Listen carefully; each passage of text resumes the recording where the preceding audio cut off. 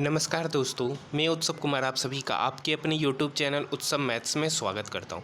आज की वीडियो में मैं आप सभी स्टूडेंट के लिए ग्रुप डी 2 सितंबर फर्स्ट शिफ्ट और सेकंड शिफ्ट दोनों शिफ्ट का एग्जामिनेशन समाप्त हो चुका है। उसमें मैथ के कौन कौन से क्वेश्चन पूछे गए उन सारे क्वेश्चन को मैं यहाँ पर लेकर आया हूँ। ये सारे के सारे 100% ऑथेंटिक और जेन्युइन क्वेश्चन है जो कि आपके एग्जामिनेशन ग्रुप डी 2 सितंबर फर्स्ट शिफ्ट और सेकेंड शिफ्ट में मैथ के क्वेश्चन पूछे गए।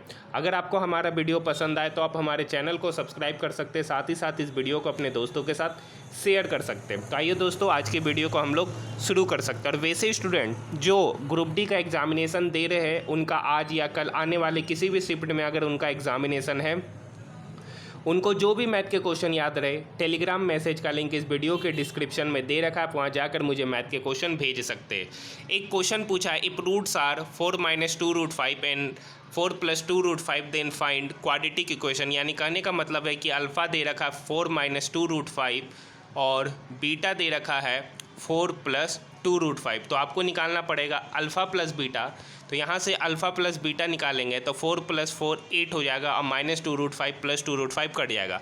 और अल्फ़ा इंटू बीटा निकालेंगे तो a का स्क्वायर - b स्क्वायर यानी 4 का स्क्वायर 16 माइनस 2 दूनी 4 4 पचे 20 यानी अल्फ़ा इंटू बीटा जो निकल के आएगा वो -4 निकल के आएगा। अल्फ़ा प्लस बीटा 8 हो गया, अल्फ़ा इंटू बीटा -4 हो गया। अब क्वाड्रेटिक इक्वेशन का जो फॉर्मूला होता है x² - alpha plus beta into x plus alpha into beta equals to 0। यहाँ x² minus alpha plus beta 8 निकल के आया तो -8x plus alpha into beta -4 निकल के आया तो -4 इक्वल्स टू 0। यानी वो जो क्वाड्रेटिक इक्वेशन बनेगा x² - 8x - 4 इक्वल टू 0 का क्वाड्रेटिक इक्वेशन बनेगा। आइए नेक्स्ट क्वेश्चन की ओर हम लोग बढ़ते हैं।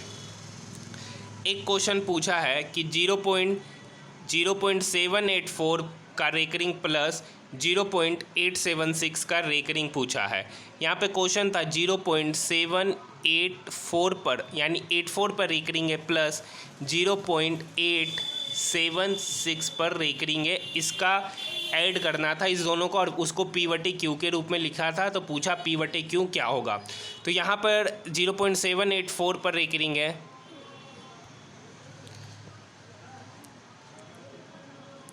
यहाँ पर जो क्वेश्चन है उसमें 0.784 पे रेकरिंग है प्लस 0.876 पे रेकरिंग है। इस क्वेश्चन को हमको क्या करना है, सॉल्व करना है। तो क्वेश्चन यहाँ पे देख लीजिए 84 पर रेकरिंग है और यहाँ 76 पर है।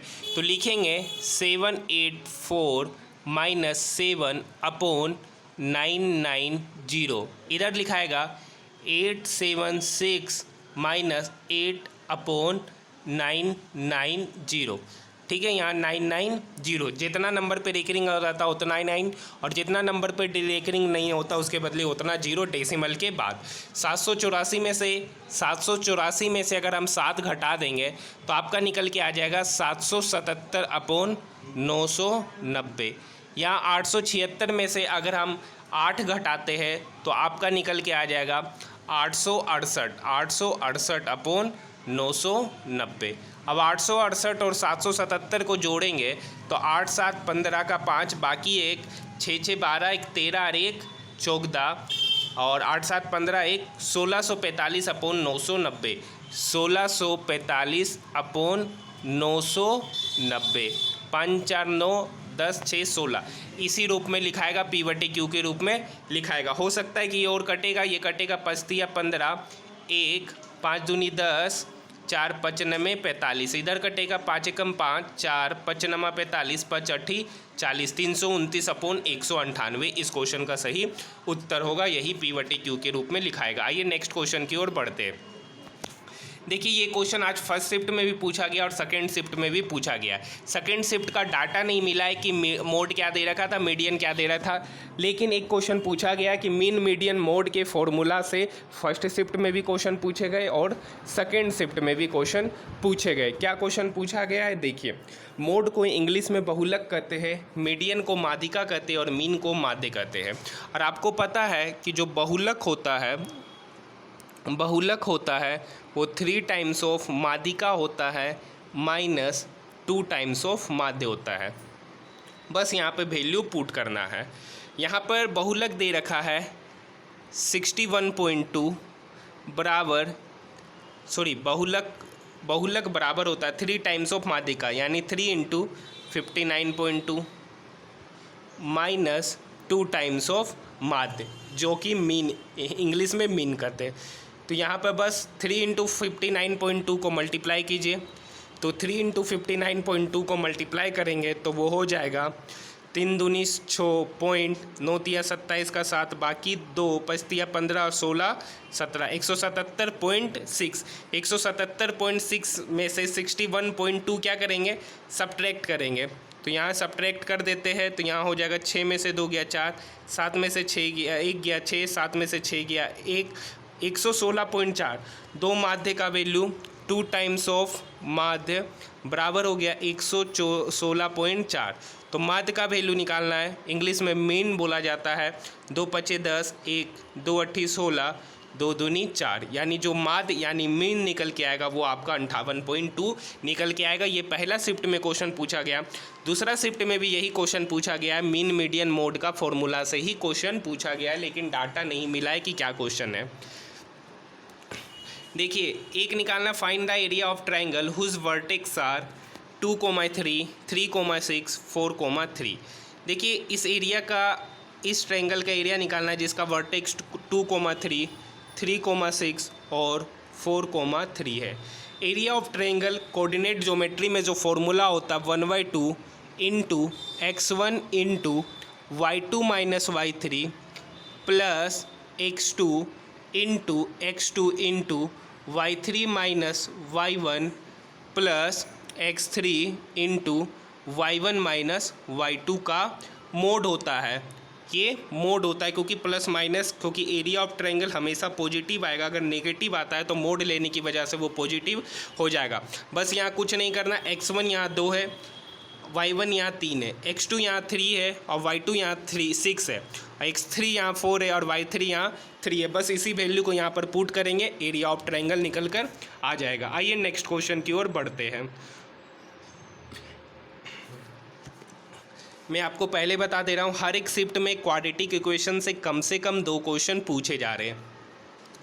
एक क्वाड्रेटिक इक्वेशन है 2x² minus 3x plus a equals to 0 whose roots are 1 and 2 find a। अब देखिए, ये इसका रूट है तो ये इस चीज़ को क्या कर देगा, सेटिस्फाई भी करेगा। या यहाँ से अल्फ़ा प्लस बीटा निकालेंगे, रूट्स अगर 1 2 है तो अल्फ़ा प्लस बीटा कितना हो गया 3 और अल्फ़ा इंटू बीटा कितना हो गया 2। अब आपको क्वाड्रेटिक इक्वेशन का जो फॉर्मूला होता है x² minus alpha plus beta into x plus alpha beta equals to 0। x² minus alpha plus beta x minus 3x और alpha into beta plus 2 equals to 0। यहाँ पर 2 नहीं होगा, यहाँ पर 2 नहीं होगा क्योंकि यहाँ x² का कोफिशिएंट 1 है और यहाँ भी x² का कोफिशिएंट 1 है। तो यहाँ देख सकते हैं x² माइनस 3x। तो a का वैल्यू यहाँ कितना निकल के आ गया, 2 निकल के आएगा। a का वैल्यू यहाँ कितना निकल के आएगा, 2 निकल के आएगा। और क्वाड्रेटिक इक्वेशन जो आपका दे रखा था वो x² minus 3x plus a equals to 0 whose roots are 1 and 2 find a। ठीक है। या दूसरा तरीका निकालने का है कि यहाँ पर x का वैल्यू या तो 1 यहाँ पुट कर दीजिए या x का वैल्यू 2 यहाँ पे पुट कर दीजिए, आपका निकल के आ जाएगा। 1 पुट करेंगे तो 1 minus 3 plus a equals to 0। 1 minus 3 कितना हो गया -2, a माइनस 2 इक्वल्स टू 0। तो a भी यहाँ से निकल के कितना आ गया, 2 निकल के आ गया। बस याद रखना है कि यहाँ पर 2 नहीं दे रखा था क्वेश्चन में। आइए नेक्स्ट क्वेश्चन की ओर बढ़ते। एक क्वेश्चन पूछा है स्क्वायर रूट अंडर 50 इंटू 18 का वैल्यू पूछा है। अब इस क्वेश्चन को बनाएंगे तो इसको लिख सकते हैं 2 गुने 50, ठीक है, या 18 पच्चे 90 या 90 गुना 10 square root under 900। Square root under 900, आप बताइए स्क्वायर रूट अंडर 900 मतलब 30, यानी इसका जो सही उत्तर होगा वो आपका 30 होगा। आइए नेक्स्ट क्वेश्चन की ओर बढ़ते हैं। देखिए, एक आयत का लंबाई और चौड़ाई का अनुपात दे रखा है। एक आयत है, ठीक है, उसका लंबाई 3 यूनिट है और चौड़ाई 1 यूनिट है और उसका परिमाप 48 सेंटीमीटर। अगर ये 3 है तो ये भी 3 होगा और ये 1 होगा। 3 + 3 6 और 6 + 2 8। 8 यूनिट का वैल्यू कितना दे रखा है 48। 8 यूनिट का वैल्यू 48, तो 1 यूनिट का वैल्यू कितना हो गया 6। तो आपसे पूछ रहा है चौड़ाई यहाँ कितना यूनिट है, 1 यूनिट है और 1 यूनिट का वैल्यू कितना निकल के आया 6 सेंटीमीटर निकल के आया, जो इस क्वेश्चन का सही उत्तर है। अगर यहाँ पर चौड़ाई ना पूछकर लंबाई पूछता तो लंबाई कितना यूनिट है, 3 यूनिट, यानी 6 गुना 3 18 सेंटीमीटर। लंबाई पता चल गया 18 और चौड़ाई पता चल गया 6। अगर आयतन पूछता तो 18 गुना 6 कर देते, 18 पचे 90 और 18 छक 108, यानी 108 सेंटीमीटर स्क्वायर इसका एरिया निकल के आता। जो भी क्वेश्चन पूछाएगा आप निकाल सकते। आइए नेक्स्ट क्वेश्चन की ओर बढ़ते हैं। देखिए एक बेलन का त्रिज्या दे रखा है 24 सेंटीमीटर, ऊंचाई 28 सेंटीमीटर, तो उसका टोटल सरफेस एरिया आपसे पूछा। बेलन का टोटल सरफेस एरिया जो होता है 2 pi R into R plus H होता है, 2 pi R into R plus H होता है। बस फॉर्मूला में इस वैल्यू को पुट करेंगे। 2 इंटू पाई का वैल्यू है 22/7 इंटू आर 24 और आर प्लस एच हो गया 24 प्लस 28, 28 4 32, 32 और 20 52। ठीक है, तो बस यहाँ से कैलकुलेशन करना है। यहाँ पर कोई भी ऐसा डिजिट आ नहीं रहा है जो कटेगा, तो आप यहाँ से कैलकुलेशन कर लीजिएगा, जो भी निकल के आएगा वो आपका सही उत्तर होगा। आइए नेक्स्ट क्वेश्चन की ओर हम लोग बढ़ते हैं।